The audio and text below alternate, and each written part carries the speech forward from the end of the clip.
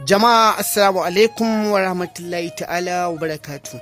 Yan uwa a wannan cibiya Fatimatu Islamic Herbal Center yau muna gabatar muku da magani na yawan mantuwa.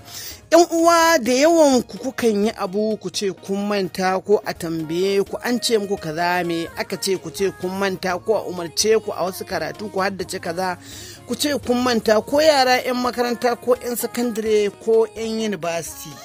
Dukkan suna samun wannan matsala ta mantuwa. Yan uwa, mantuwa kala biyu ce kamar inna malamai suka.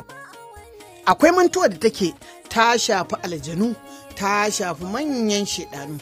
Akwai kuma mantuwa da take halitta ce daga Allah, haka mutum ya samu kansa.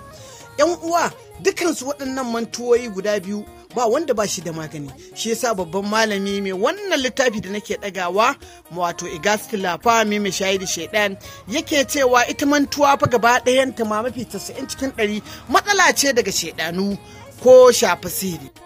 Mai wannan littafi da nake ɗagawa Ibn al-Jauzi yake cewa mafi yawan mata da maza sun samu matsala ta rashin haddace abu ko ƙur'ani ko karatun boko sanadiyar mantuwa, wacce wannan abin tana nasaba da shafar jinnu, bisa dogaro da ayan nan da Allah yake cewa ma ansaniya illa shaitan, babu wanda ya mantar da ni sai shaitan, da yake magana a cikin ƙur'ani mai girma.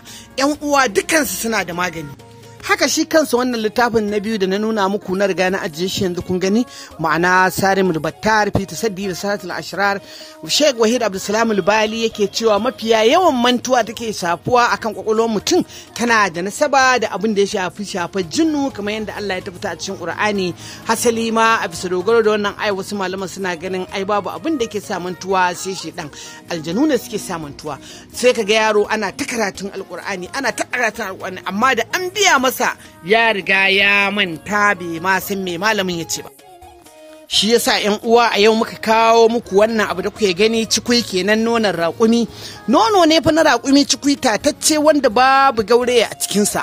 Yan uwa, wannan yana da cikin wani sir da muke haɗa magani na rashin mantuwa da yake wanke kwakwalwar mutum, da muke cewa brain detoxer.